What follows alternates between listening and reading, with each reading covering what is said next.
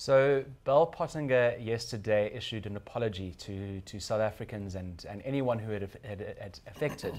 And basically it said in a statement that, that it had been investigating the matters around Oak Bay, its client, and that some of the work that they had been done was of deep concern to them, and that they will be releasing a full report on it. Many South Africans see this as a spin doctor spinning themselves out of a problem. And we're joined by Solly Moeng, who is a brand reputation expert. The big question is, can South Africa actually repair the damage that has been caused by this PR agency with reference to the type of race kind of heat that's been caused around it? I think we can repair it. It's going to take some time. It's going to take leadership, which we don't have currently, but it's also going to take a full disclosure of what really happened. Until we know who briefed the agency, what was the wording of the brief, what were they expected to achieve, what were they paid for. We also need to know who the touch points were, because we know that they scripted the Umkhonto weSizwe Veterans Guys, the Youth League, perhaps the ANC Youth League, the Women's League, and other agencies, or maybe even now the BLF. So we need to know who are the people that benefited from this account. What was it that was expected to them? What was briefed into them? What brief was agreed upon exactly in writing? Once we know, we see that, then we can start making sense of the whole thing, because we don't know. We can't, on the basis of this very superfluous apology, move on. We can't. But it has come a long way from when it first decided to cut ties with Oak Bay. Well, it has, but it hasn't really. They're not telling us the whole truth. This is a multi-million rand campaign. There's no way that such a multi-million rand campaign would not be known by the guys at the very top of the agency. Any agency would tell you, if you bring to a table something that will bring millions into the agency, the big guys want to be involved. They want to know what is it that the agency is expected to do, who the client is, can they work with the client, can they deliver on the team. They decide who gets assigned to deliver on the team. So they cannot now come back and say, oh, we looked at this thing and we decided to remove the people who are working on it. They have to come up and tell us the truth. They have to tell us where it started, how it started. All those details will help us determine whether or not we know the whole truth. So we've got statements from Save South Africa, from the Democratic Alliance, both saying exactly that, full disclosure. We want full disclosure. The DA is pursuing the matter with a UK entity. What next? What can we expect coming out of this? Well, until we know what questions to ask. We have in South Africa experts in PR, communications, reputation management, so they're not going to fool us. And they need to apologize to the people of South Africa. What we expect to see coming out of here is, first of all, the truth, and secondly, how are they going to help us repair all of that? They have to call back their dogs, as it were. All these people who've benefited from this account, people who are not paid directly by the Guptas perhaps, but who benefited from their account, they have to be called back, because they're still running the streets, shouting white monopoly capital, blaming white people for all sorts of silly things. Well, as long as the Mfetamos of this world and others continue to run as if the script has not been withdrawn, we have a problem. It just shows you how easy it is to ignite tensions in this country through social media, through media. What is the responsibility towards a company and to any brand when it comes to engaging with South African citizens? We have issues. We have serious issues in this country. They need to be addressed. But where's the balance? Where's the line where companies need to follow there? Look, all agencies in PR communications usually belong to a professional body. In South Africa, agencies tend to belong to PRISA.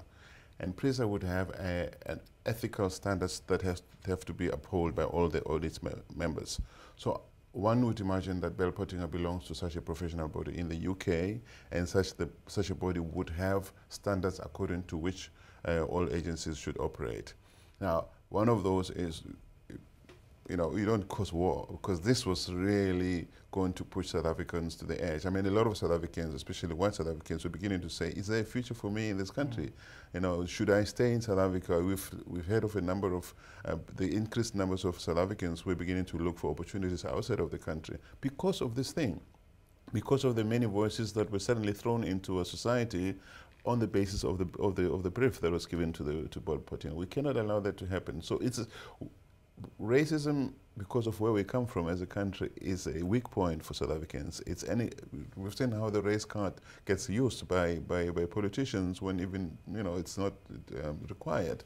It's the one point that could ignite South Africa. And any company that gets employed in this or any other field should know that this is the weak point. If you are in a relationship with anybody and you know what their weakest points are, and you keep poking at those weak points, it's referred to as emotional abuse.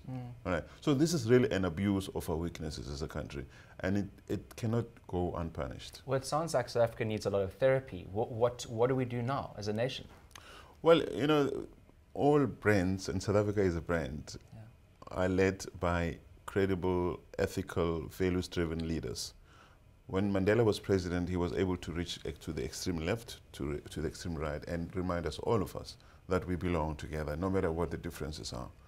Until we get such a leader, which we don't have now, we are in trouble. Because we need a leader the leader that we have now bought into this race thing, or maybe he was part of the briefing into it, we don't know that yet. But we know that he's used race to divide South Africans. Until we get a leader who says, guys, no matter what happens, we are in it together, we have to make it work. It's not going to happen. And that leader has to be credible. We don't have such a leader right now. That's the problem we are in. We're like an orphaned nation in a way. So let's look at state capture. These are allegations. Yeah. No sign from Hawks or NPA that it's ever going to be investigated. Right. Now there's signs that there's going to be an inquiry. But it feels like as there's talk and ideas about investigating these claims, the country just chatters away, and social media and media outlets. This is where the noise happens, and it's how does this all fit together? Look, we are a country. Despite everything, we are blessed with great institutions that were developed at the dawn of our democracy. We have independent media, independent journalists who have done amazing work investigating a lot of this stuff. We also have institutions of democracy. We have the NPA, we have the Office of the Public Protector, we have the Hawks.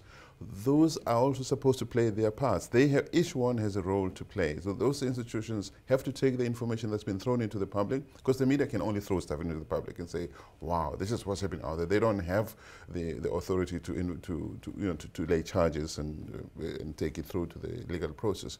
Now, as long as the NPA, the Hawks, the Public Protector refuse to play the role assigned to them by the Constitution, we're in trouble.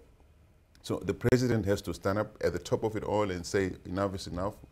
And he cannot be the one who appoints the head of whatever investigation happens, because he's at the center of it all. I mean, people come and tell us that he's the president, therefore, but this is an extraordinary situation. Extraordinary situations call for extraordinary measures. This president cannot be the right person to decide either South Africa comes out of the ICC, or either these things are going to be investigated. Who decides who the terms of reference for the investigation of state capture?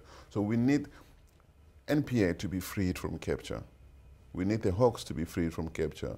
We need the Office of the Public Protector to be freed from capture. And once these institutions work properly with the courts of our land, I'm sure that we'll start getting onto the right path to get out of the situation. Is this the first time you've seen something like this, where a public relations entity is so at the forefront of a nation's fabric? It is. I've tried to think of other examples like this, but this is the first time. Maybe there are documented cases somewhere, but this is, and they cannot claim that they didn't know where it was going. That's why we need to ask, what is the exact detail of the brief? What were you expected? If I run an agency, when I get into a client, they appoint me, they'll tell me this is what you want to see at the end of your campaign. So we need to see that. And we need to see who signed on it. Who is it in South Africa decided to appoint an agency to come and sow disorder, almost civil war in our country? For the sake of whom? Who was going to benefit from this? But I think South Africans, I don't know if they know so much about Bell Pottinger, but it's been around for a while. It helped FW de Klerk, didn't it? Apparently it did, yeah. Well, look, the timing also of all of these things matter, right? And we don't know what kind of, I'm sure they have 10, 20, 15 other clients. and I'm sure that amongst the 10, 15, 20 clients they've done some really amazing work that achieved their aims. But it doesn't mean that because they did good work elsewhere, whatever the briefs might have been, therefore they can be forgiven. They cannot be forgiven for having accepted. This is greed, really. I mean, if you look at the kind of money that was paid to them, and the trouble we are in as a society, this harmony that resulted out of their participation in a space, it's unforgivable. Yeah. Well, that's all we've got time for today. Thank you very much for joining us. Thank you, Sally. Okay, pleasure.